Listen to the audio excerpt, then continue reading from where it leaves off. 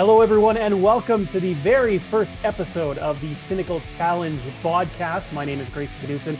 Pleased to be joined with my co-host, Jeff Paulus from beautiful St. Albert, Alberta, and Jeff Salisbury from equally beautiful Saskatoon, Saskatchewan. I'm in Edmonton, and it's getting cold, boys, which means we better talk some footy. This is the first episode of this vodcast, and it's going to be focused on the Canadian Premier League, men's, women's national teams, youth national teams as well, Canadian players, just a place where the three of us can just kind of BS about Canadian soccer. JP, you and I kind of got this thing going on Twitter. Why don't you go back and kind of tell us about how this thing kind of got rolling? And Sally, you can jump in afterwards because you jumped on that train quick too. Mm-hmm. Well, I mean, if I want to jump on and be cheeky right off the bat, I could say it's because I watch a lot of these soccer shows right now, and I thought that people needed to see good analysis. So, of the CPL right out of the gate. So, yeah, there you go. Now, you know what? Everyone here loves talking football. You know, the three of us, and so let's just do it. You know, and make the CPL a bit of our focus, and break down games, break down tactics, and what managers are looking to do, why they didn't get a result. So, I mean, I've heard about 1,000 wrong reasons why my teams didn't get a result. So now it's our turn to correct that. So there you go. Well, speaking of your team not getting a result, how about Liverpool today, hey? Oh, come on. I know. Right off the bat, I had to get a shot, eh? Yeah, right off the bat. Yeah, I don't know what's going on there. I mean, I think FC Edmonton could score more than them right now. So I'm telling you, something better happen, because I have Mo Salah in my fantasy squad that Theo Gauthier is running, and he hasn't picked up any points at all. It's been terrible. Yeah. Where is he? Where's Salah?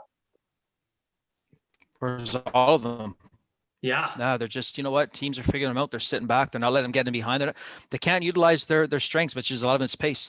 And if there's no space to run in behind back lines, it's awful tough. And they don't have. I mean, Jota's injury now is really looking like the one that's going to cost us a season. And yeah, it's a shame, especially with United on top. The worst football team to be on top of the Prem at this point of a season in many a year. Yeah, for sure. Yeah, but nobody in the Prem is particularly excellent this year anyway. So no, but Man City's coming on though. That's true.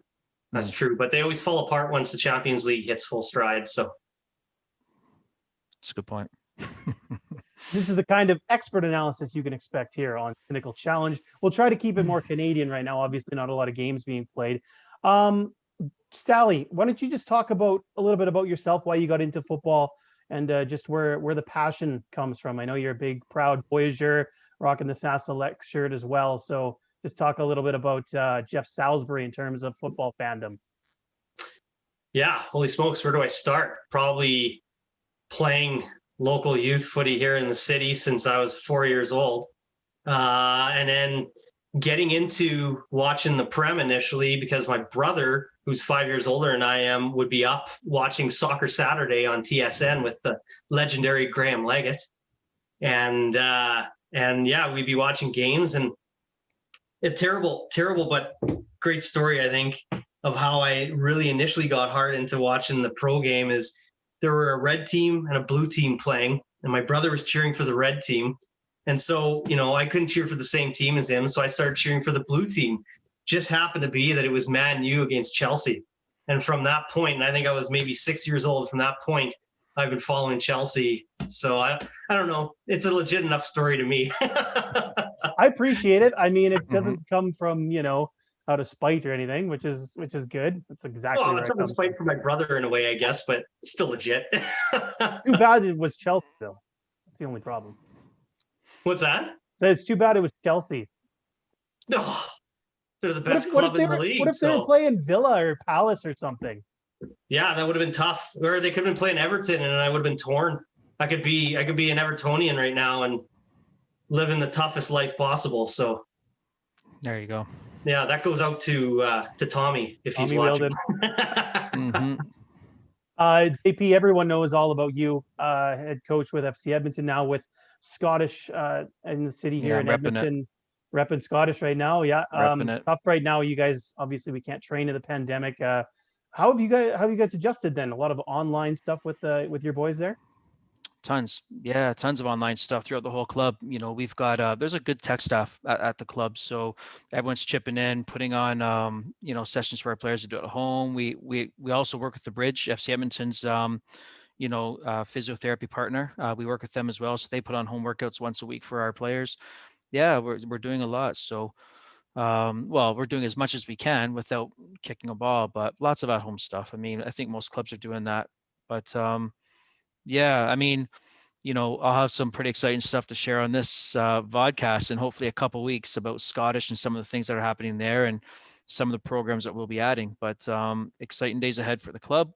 I'm happy to be there. So, yeah. But how about you?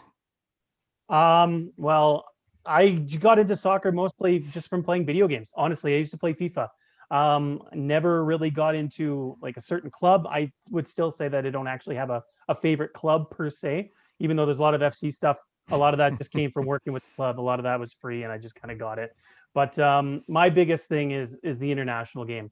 Canada, both the women and the men and the youth teams, I guess too, traveled around to watch them play, and really enjoyed cheering for them and just meeting all the people from all across the country. I think that's the biggest thing that draws me into this little Canadian soccer community. And Sally, I know you agree with this too, is when you travel to Toronto, travel to Vancouver, even like games like in Winnipeg and Hamilton, I know people have gone to, just to enjoy each other's company, cheer for Canada. I know it hasn't always been the greatest, but we'll get there, and it'll be worth it when we do. And I think that day is quickly approaching, or at least I hope so anyway. So hopefully, yeah, with the World Cup qualifiers coming up, that's number one on my list for this year, is to get back to a national team match, whether it's men's or women's, doesn't make a difference. Missing a lot of the fam, you know what I mean? Yeah, I do. Absolutely. A lot of the V's out there. At least we have Twitter and stuff to banter and keep in touch. So why don't we start with some of the biggest news of the week out of the Canadian Premier League? David Klanikin, in a letter to the fans and supporters and everyone else, saying that they're targeting Victoria Day weekend. So that'd be May 21st is the Friday, May 24th is the Monday, where they want to start. They want to do 28 matches, which, if the league stays at 8 teams, if they don't expand, would be 4 home, 4 away, an equal schedule there. And the biggest one is 1,500 minutes for U21s. It's an increase from 1,000 in the years past. JP, I know you've always been big on the youth. What does the 1,500 minutes do now for the U21 players in this league? Yeah, I think it's very important, because 1,000 minutes actually was quite easy to get.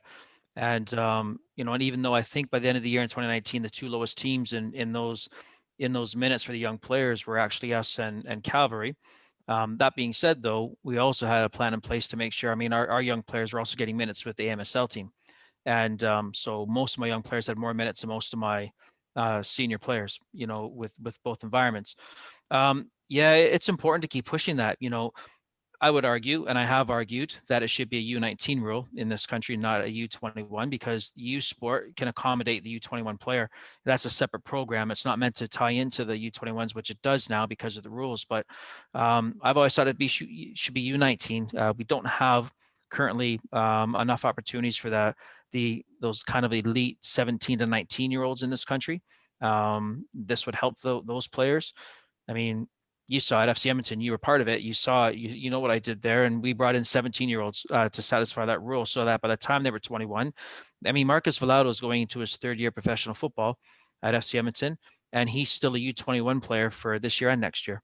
So that's the value of bringing him in sooner. And he'll benefit from that more so than players that didn't start until they were 20. So, yeah, a great rule. I love it. I think it's a league standing by what it suggests, that it's, a league by Canadians for Canadians. This will validate that. So really good move. Yeah, it's not strong enough, though. And I hope you guys can agree with that. It's not a strong enough rule, and it needs to be higher minutes. It's still a pushover, unless you're Forge and you can get away with whatever you feel like.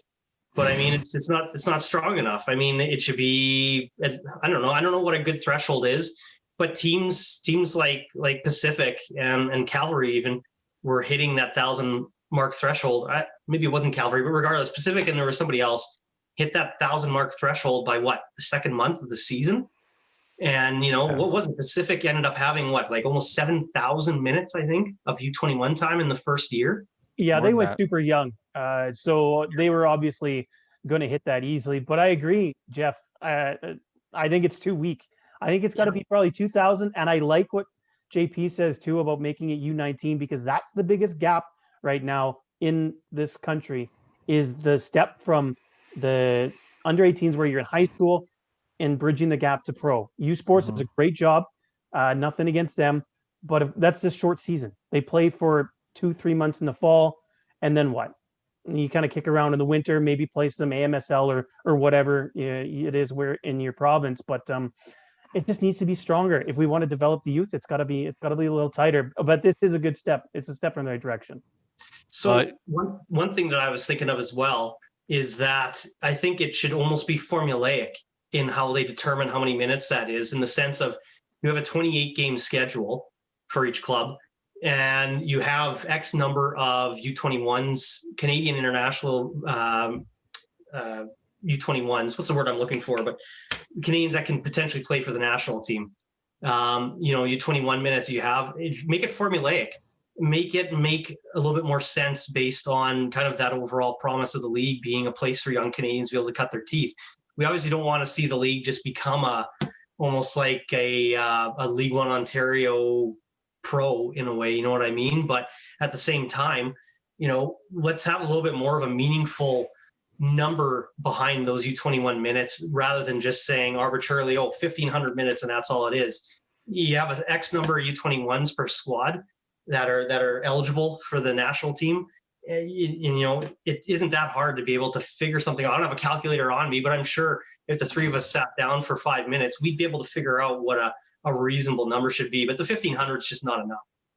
You know what I love? I love that there's some people sitting in a certain office in Toronto worrying so much that I'm on a podcast talking about CPL and they're ringing about the wrong Jeff. So love that. But you know what though? So for me, I mean, it's baby steps. I mean, we have to give some leeway, I think, to a brand new league. 2020 was a wash. 2020 was a season that amazingly they put together. They did a great job, I can say, putting it together. Everything was well run in PEI. Yeah, so it was good. I mean, really, to be able to accomplish that, when you have a league like the CFL that's been around for, I think, 100 years. I'm not a CFL guy, guys. Sorry, I know you're both. I know you're both from the old, like the CFL province, but it's over 100 years. You said, Gray?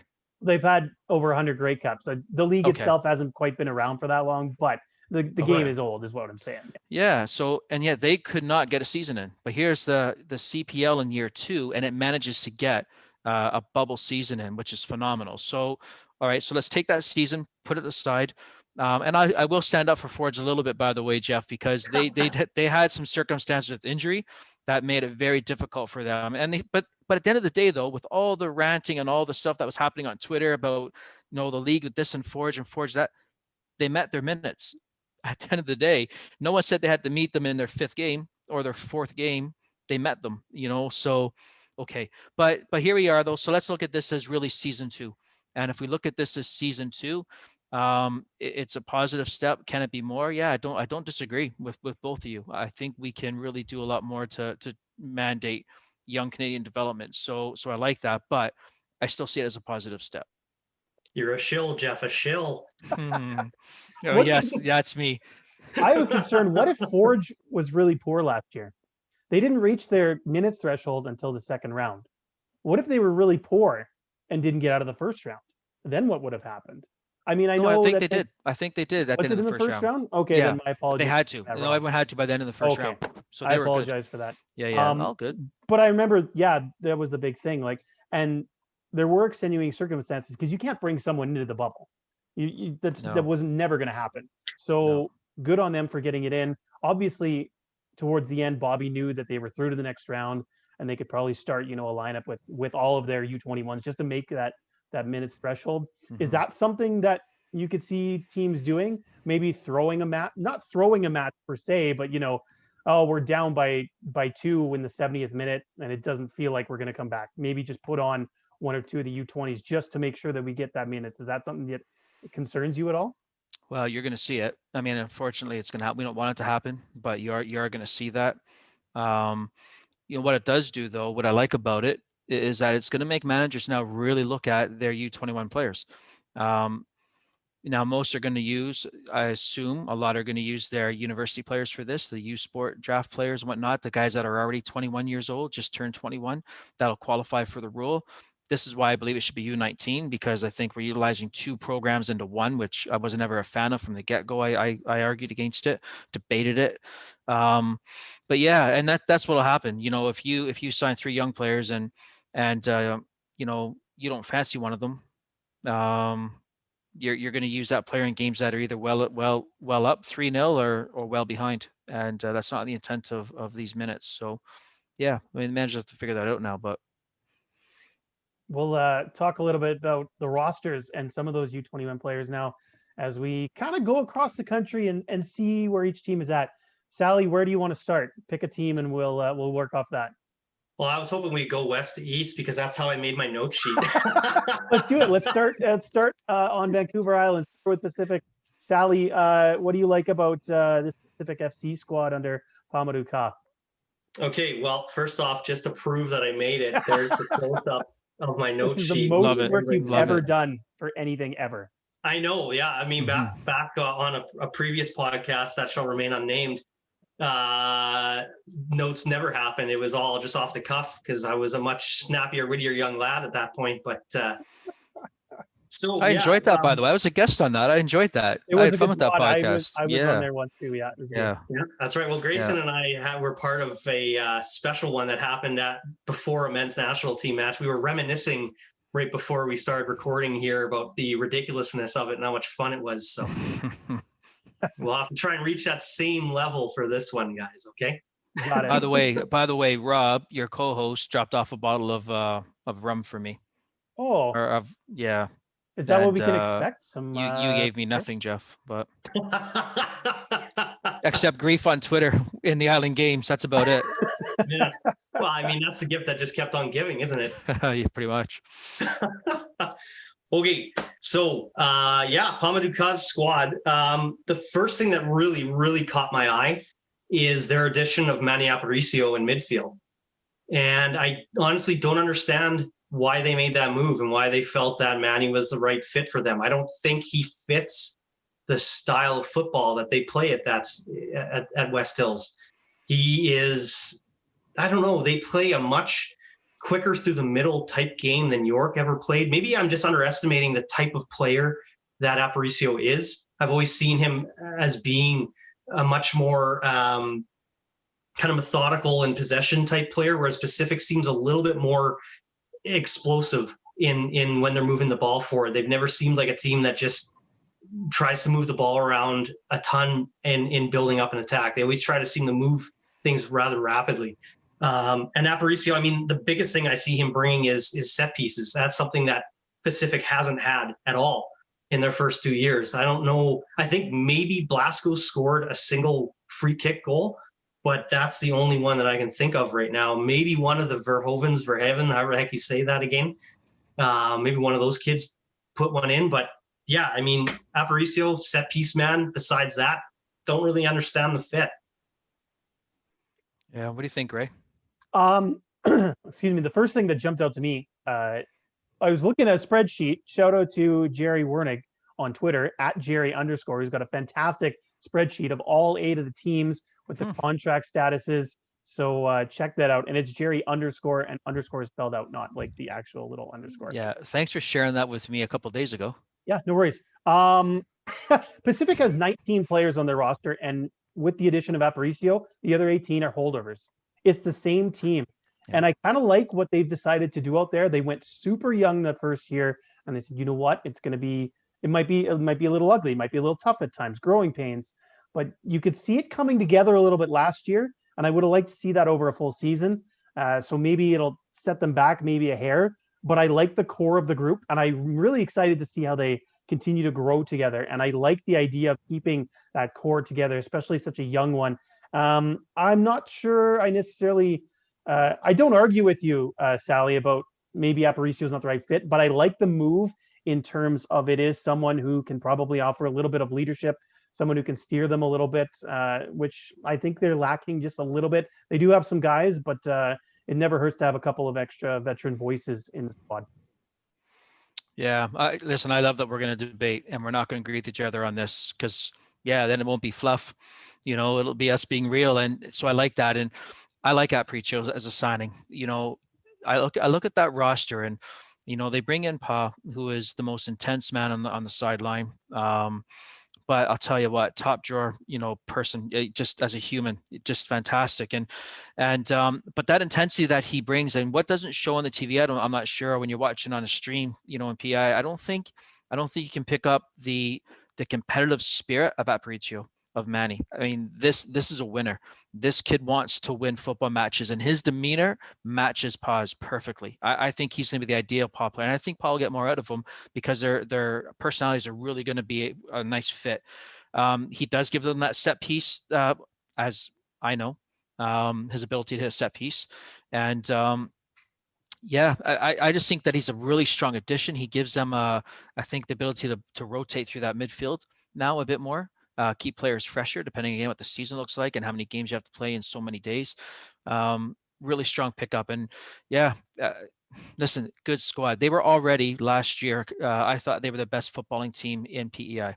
Their ability to play it at the back, their movement to players, the pace that they got at forward. Jeff, I agree with you, and they've added another piece there that can play at that tempo truly, and he'll add something. So I love it. It'll be a very similar team, and really right now.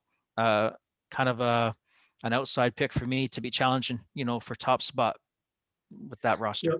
Look, any player is going to perform better without having Jimmy Brennan as their manager. So yeah, Manny will probably have a good season. Ouch. Oh, what did Jimmy ever do to like you? Jimmy. Nothing to me.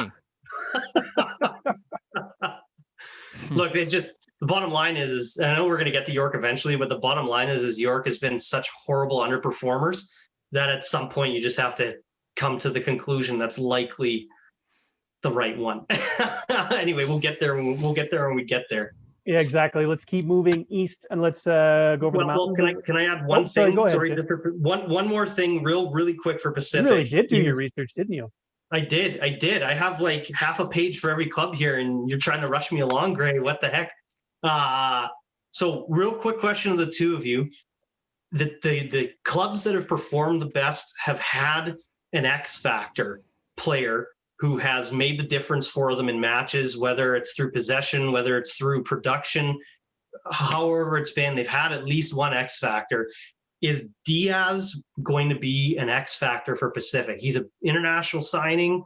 He brings sort of the South American flair to the table. Is he going to be an X factor that's going to allow Pacific to truly challenge for the league?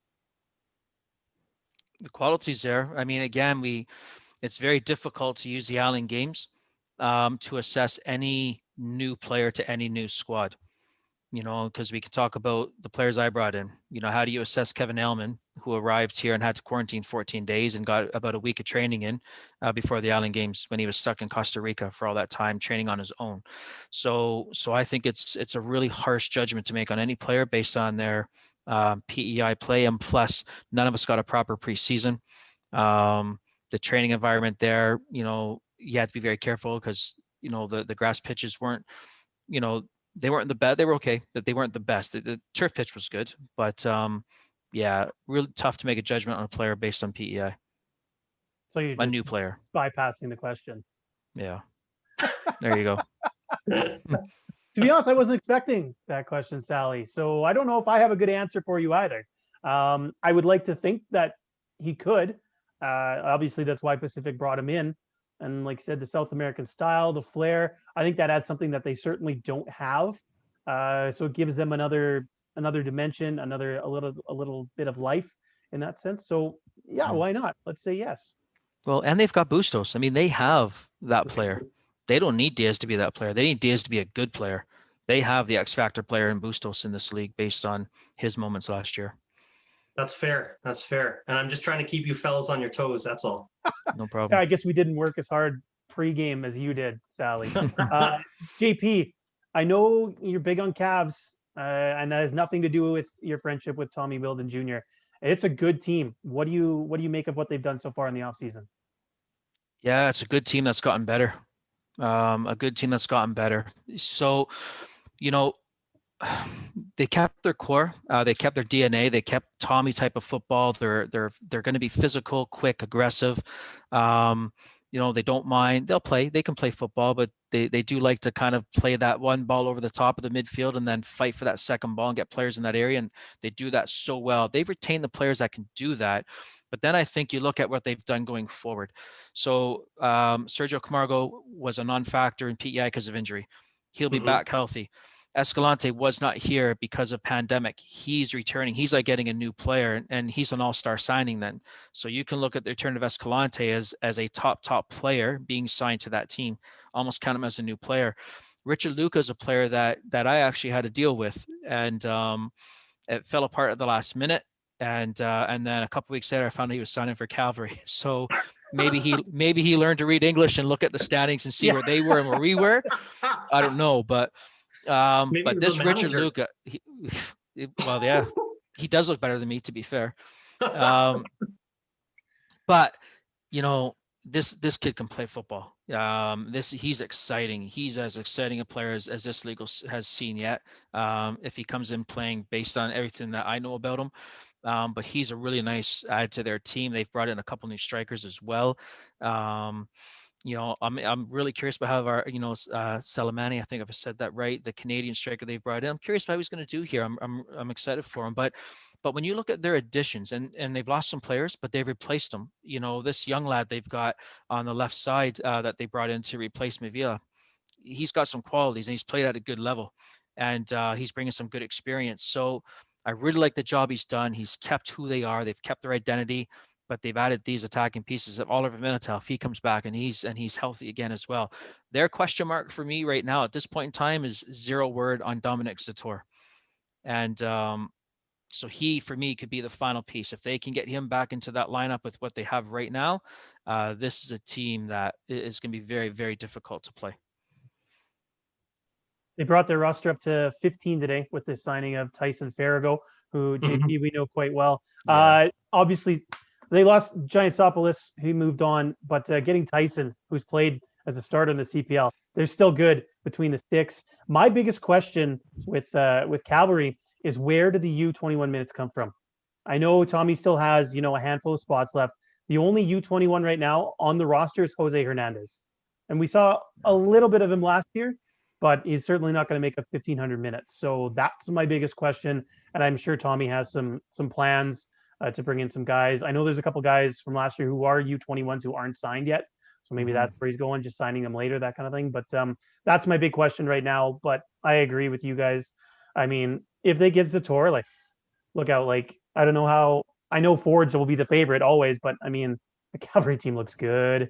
Well, not only getting Zator, but they got Di Chiara from York. And quite frankly, Di Chiara was basically York's squad at the Island Games last year. I mean, if they hadn't had him on the pitch, and again, Aparicio had a heck of a tournament too, but man, Di Chiara ran everything for that team last year. And his addition to their midfield just adds another impact player to their midfield, which is insane. They already have a stacked midfield with Nick coming back to play again. I mean, holy smokes, they are front runners by and far at this point, the way that squad looks like. And then there's one other signing that I was hoping we could talk about really quick is Roscoff. Yeah. If you look at his resume, I mean, he's played First Division Uruguay. He's played First Division Romania. I can't remember where else he was besides that, but he's played for good squads, like really good squad. He played for Man City's kind of feeder squad out of Uruguay, which is Torque City. And I mean, the guy comes in clearly with pedigree. I mean, Cavallini and Osorio came out of Uruguay's First Division technically. And look what impact players they are for MLS squads. This guy's coming in not only with Uruguayan First Division experience, but also having some experience in First Divisions of Europe, albeit kind of secondary or even tertiary European leagues. But regardless, that's massive experience. Possible X factor. Could he be the one that really puts them over the top? I think the experience from Romania would translate better to the CPL than the Uruguayan First Division experience, that's for sure. I don't know as much about this kid as you guys do, But the way you're hyping him up, I'm excited to see him. That's for sure. Tommy likes him. Tommy's a big fan of this player, so really excited to get him. Yeah, and DK, I'm glad you pointed that out because I wanted to talk about him, and then it just lost my mind, I guess, when we started speaking. But he was, for me, the MVP of round one in PEI. He was the top player for me. He was a beast this year, and he fits Tommy to a T. I mean, just who he is, how he plays, that's Cavalry all over it. So, I mean, could you imagine him and Ledge playing side by side to each other? It would not be fun to play through that midfield. You would hate it. And add Akube in there. Yeah. That's honestly, that's for me what makes Cavalry front runners to win the league this season. They are stacked. And I'd be very curious to see how Tommy is managing to get all these players within the CPL's cap. But we'll never see that, of course, because they hide that information. So they got to keep some secrets from you. Yeah, apparently. Yeah. I'm going to take the no comment on that opinion. There we go. Why don't we talk about FC Edmonton? Some nice additions for the Eddies. Obviously, getting Shamit Shome to come back home. Obviously, spent some time with Montreal and MLS. Fraser Aird. Kyle Porter comes back to Edmonton for the first time in a decade or so. And Raul Tito will finally get to actually suit up in an Eddies uniform. JP, how was this team different from the one you fielded last year at the Island Games? Yeah, I mean, looking very similar so far, I have to say, and I think that's an okay thing. We weren't. I mean, I'll say this. Listen, I've already said my piece about the games, and I accept my role in that. So I've done that. So when I say now, this isn't about looking after me. This is about, truthfully, I've watched every game, from the PEI games several times, and I've been just the other day, I actually was going over all the stats and analytics on it for our very first podcast. But the team wasn't as poor as the results. And so I think to have gotten rid of all of those players would have been a mistake. I think it would have been unfair to the players. And so I'm glad to see a good core of them coming back because they did. I mean, the game against Forge, we were the better team in that game and game one. And if you win that, you might have a different event. And of course, if you don't lose a mirror. But that being said, changes had to be made. They've made, I think, the most important change then because they've obviously made a change at the top. So they have a new manager coming with his ideas, but he's kept a good core together. I like it. I like the additions. Shamit is a no-brainer. He's from here. He's from our program. And he could really, he'll be that calming influence in the central mid that I think the team maybe lacked a little bit. He'll be able to keep the team in possession. His work rate will make others around him work harder, both in training and on game day. And I think that's an important piece that will help the club out. It's amazing. The one player that no one talks about in social media, whatnot, about FC Edmonton is the signing of Paris G. And he was a player I tried to get myself in 2019 because this kid can play. And he'll bring something to this team. And how do they make it fit? I mean, Allen's preferred systems of 4-2-3-1. They signed him, and then they went out and signed Fraser Aird, and they both play the same spot in a 4-2-3-1. If you're counting on Genoa Sua being the right back, Paris G can play in front of him and does that job really well. I'm not sure where that puts Fraser Aird then. So some question marks there. Where are you going to play Kyle Porter? You're going to play him on the left side of a 4-2-3-1, or is he looking at a new system, which right now maybe he might have to because he's really central mid heavy. The one player I do hope to see back because he's truly, for me, would be, if healthy, one of the top central mids in this league is Edem Martazzi. So no word on him yet. I don't know the status, but I sincerely hope they re-sign him because two-footed, dribble, pass, vision. He's got everything. So, yeah, fingers crossed I see him signed. But that's my take. I mean, there's still a question mark, but, yeah, there's some improvements. Well, I'll answer your question about Kyle Porter. You just don't waste your time playing him at all because his best footballing days are well behind him. So, but, Shamit coming back, that's huge. He could be that rock in the center of midfield that they've just badly needed. I don't think you guys necessarily had it when you were managing. The midfield always just seemed too weak. And I'm not sure exactly why that is, but the midfield just could get overrun way too easily. But now that you have a guy with MLS experience like Shamit, that just, it's going to make a lot of difference. He can hold the ball. He's got good vision. he just didn't get used enough in Montreal. And when he was out on the pitch, he looked great. I always thought. But I mean, who knows? Could be rose-colored glasses for the kid because I've always liked his play. But yeah. So besides Schmidt, besides Kyle, Fraser, where are they going to use him? I don't feel like he fit what was happening at Valour while he was there. I don't know exactly why that is, but he just didn't seem to have much of an impact. Could he be played on the left? I mean, I know he's a right foot player, but just switch him to the left side. Does he have the versatility to be able to be played on the left? What are your thoughts? I don't see why not. You know, and the nice thing about Fraser though is because it seems like he's been around forever. Yeah. He's 25 years old. You know, so you look at that age that he has right now, and you look at all the experience that he's had, and he's only 25 years old. So, but I do think he can play out there. I mean, what'll be a real benefit? I think I can understand why you'd sign a Fraser because his service is very, very good, and that's also why I think you sign a Kyle Porter though. I think Kyle's service, whether that's on a set piece, I think his brain.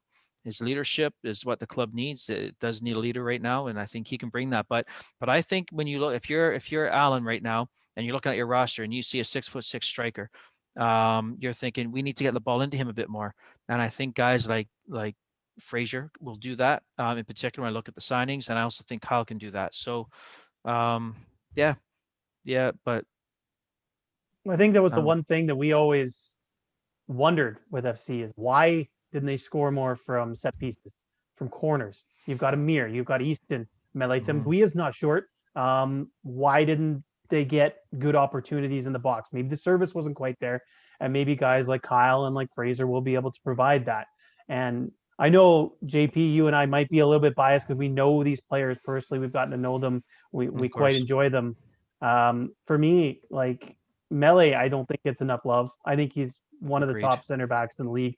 Maybe in the top 3, but he's got to be top 5, top 10 for sure. And Genoa Sua is, I think, the best right back. And I know there's some real good right backs, but I think Genoa is probably the top of the top. And I'll stand by that, I think. I'll stand by that. Genoa Sua is the top right back in the CPL. Tough to argue that. I agree. So here's a question for you, Gray. Easton's had some time playing in Denmark, had a bit of a slow start, finally started to score a few, and then ultimately they end his loan. Back with the Eddies now, can he be an X factor for them up top to start banging in the goals like he did that first season? He has to be. That's the only way this team is going to succeed, in my opinion, is if Easton, scores at the pace he did in that second half when he was finally healthy in 2019. There was an article about him coming back off that loan from Denmark too, and he said he was thrown right in, didn't have a lot of training time, and just kind of adjusted to it. And I saw it because I called him when he was at the U of A. I called some of those games, and he got off to a bit of a slow start, and then finished the season with 16 goals in 14 games. He scores in bunches, and if once he gets one, he usually gets two, and when he gets two, there's a good chance he's going to get three. So he's a handful for teams, and we've talked about it too. And it's not just him being tall. Like, his footwork is exceptional for someone who's 6'6". He has no right to be as good with his feet as he is for someone that tall. Like, I'm jealous, and I'm, a foot shorter than he is. So not quite. I'm a little bit taller, but.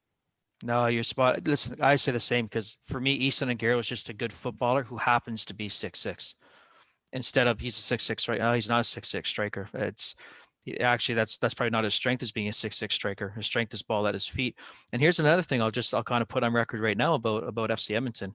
Number one, I want to give a shout out to Alan Zeeby as well, because I'm glad they brought him back, because his versatility, you can always use that. What I will say about FC Edmonton though is when it comes to those U21 minutes, they have got the 3 best players in this league that'll satisfy those minutes. In Marcus Volado Sige, Chance Carter, and Anthony Caceres. So I'm putting that on record right now that their 3 U21s will be the best of the bunch in this league. Well, you had them as rotational starters in the Island games. Like, that's the thing. Like, those are players that you're not shy about starting, and not just because you have to satisfy a minutes need, because they're good enough to play, especially MVT, who I would just want to see him play a full season. Like it was Yeah. tough that first year, and then obviously last year with the Island Games. But Mm-hmm. anyways, we Mm-hmm. probably talked Edmonton too long, and Yeah. we're gonna get shit for being an Edmonton-based podcast. So let's Yeah. go. Let's jump over Saskatchewan. One day we'll talk about them. I know we will. I can't wait. And let's go to Valor. Let's go to Winnipeg. They only have 11 guys on the roster right now. Rob Gale has some work to do. Sally, talk a little bit about what you make of what Valor has done so far. Well, Valor is still an utter dumpster fire. You just look at moves that the other clubs are making, and you just look kind of at how things are taking shape. And they've just had an absolute exodus from this squad. I mean, I can't even remember how many players it is that have left, but it's significant. They need to get Dunn transferred in as a permanent player. Like, they need to buy him. He and Jean-Baptiste were Valor at the Island Games. My God, if they hadn't have had those two players, it would have been, well, they would have been worse than the Eddies, if that was even possible. But but yeah, To be fair, we should have beat them that game, by the way. Oh, Absolutely. Yeah, So, certainly. Maybe they were worse than the Eddies. you should have won a lot of games, but Yeah. So, well, here we are being an Edmonton vodcast, but anyway. So a big question that I have is, who is going to score the goals? Who's going to score? They don't have anyone on that roster right now. I mean, I know their roster is slim, and they're clearly still building it, but they're just, unless there is a slew of attack-minded players coming in, I just have no idea who's going to be scoring for that squad, because it didn't really happen at the Island Games. It did in one match, but that was about it. It only happened in one match in 2019. Otherwise, they were just overrun. They just couldn't keep up offensively with other teams. I just don't see who is going to be able to put the ball in the back of the net for them. So one of the guys they brought in is Ronnie Mazza out of Venezuela. He's 24. He's a striker. I don't know much more about him, but at least there's, looking at somebody up top or up front anyway for Valor. But Sally, I have the same questions. Again, the roster's so thin, you don't really know what to make of it yet. And we'll talk about it more as the season gets closer and as more players get signed. But I don't know what this team is right now. And maybe that is because they don't have a lot of players. Gutierrez is gone. I know he was a big player for them a couple of years, but I mean, I don't know. What do you think, JP? What Gailey's up against right now, I think?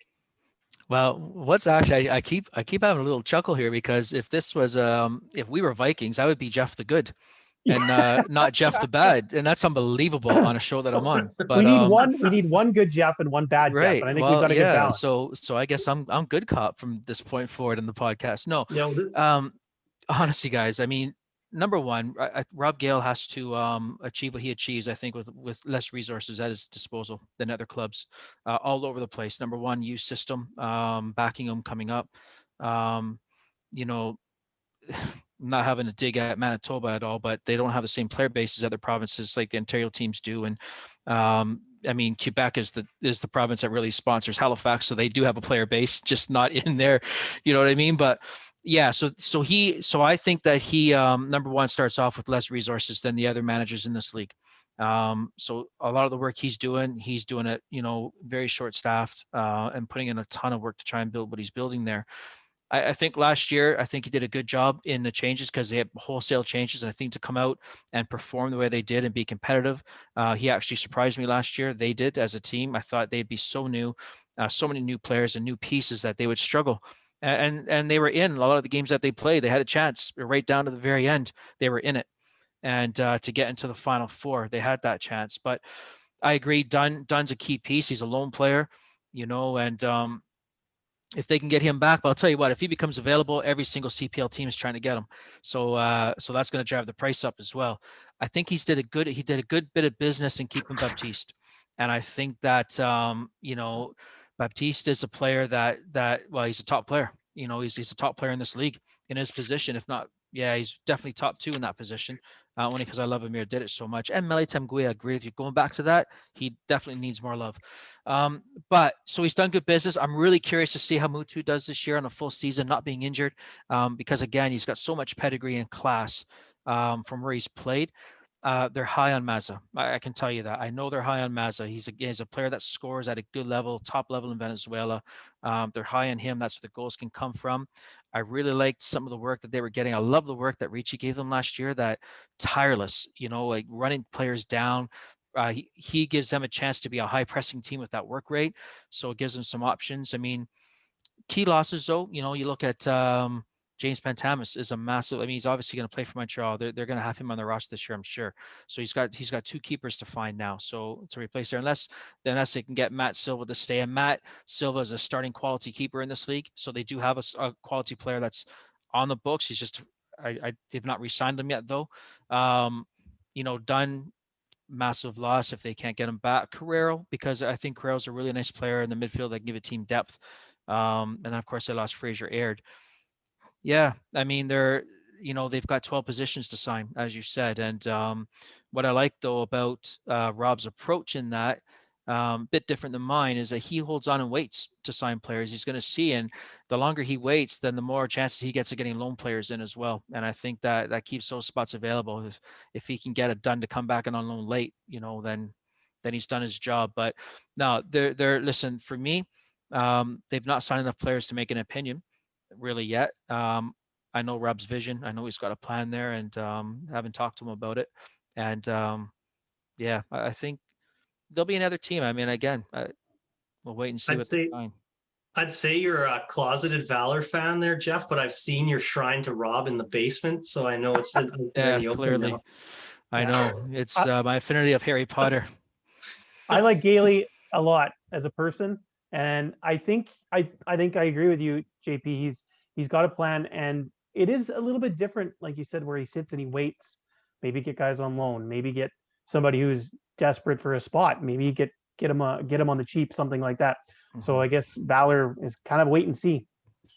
Well, boys, I think we've reached our time limit here. We only wanted to keep these to about 30, 40 minutes. So why don't we cut it off here? We'll talk about the other 4 CPL teams, some of the abroad players, and some women's soccer as well next time. How's that sound?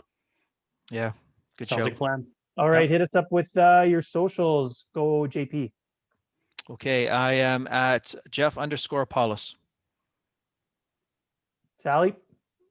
So you can find me on Twitter at Jeff D. Salisbury. And I'm usually on there with my colorized CPL logo in the SAS Selects colors. And then I'm always chatting in the different CPL Facebook groups as well as the Voyageurs Facebook. So shoot some arrows at me there. There you go. And I am at Grayson Knudsen. That's on Twitter. All sorts of sporty goodness there, hot takes and the like. And we are, what are we, JP, again? At the Cynical Chow 1? The Cynical Chow 1, yeah. Just search Cynical Challenge on Twitter. You'll find it. Yeah. No worries. So this was part 1 of our apparently mega debut episode. And part 2 is coming up shortly. So stick around for that. Thanks, guys. Always good to chat to you. We'll see you again soon. Same. Chat in a bit. See you in a bit. Okay.